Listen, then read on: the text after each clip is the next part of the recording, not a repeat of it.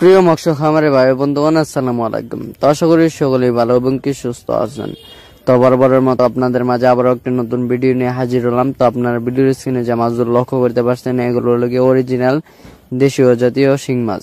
তো আপনারা যারা এই দেশীয় জাতি শিং মাছের বনগুলো চাষ করতে চান এবং কি চাষের প্রতি আগ্রহী আছেন, তারা আমাদের ভিডিওর স্ক্রিনে দেওয়া নাম্বারে আমাদের সাথে যোগাযোগ করে এই মাছের বনগুলো অর্ডার করতে পারেন। এবং কি আপনারা চাইলে আমাদের নিজস্ব হ্যাচারিতে এসে ভালো বড় সাইজের মাগুর থেকে উৎপাদিত যে মাছগুলো রয়েছে সেই মাছগুলো আপনারা সংগ্রহ করতে পারেন। এবং কি আমাদের কাছে রয়েছে দেশি মাগুর, রুই, কাতল, গুলশা, ট্যাংরা, পাবদা, আইড়, বল, চিতল, থাইপাঙ্গাস, অরিজিনাল টাইগার জাতীয় মনোসেক্স, তেলাপিয়া সহ দেশীয় ও বিদেশি নানান জাতীয় মাছের রেণু অপনা। এবং কি আপনারা এই মাছগুলোকে কিভাবে চাষ করবেন এবং কি কিভাবে অল্প দিনে বাজারজাত করবেন তা নিয়ে আজকে বিস্তারিত আলোচনা। তো আপনারা এই মাছগুলোকে কিভাবে পুকুরেতে চাষ করবেন।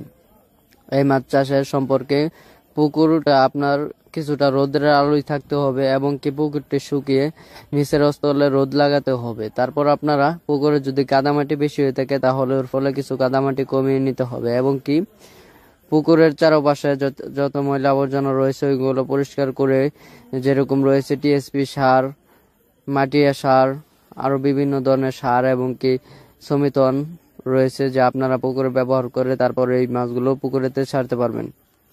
তো এছাড়াও আমরা জানি এই শিং মাছ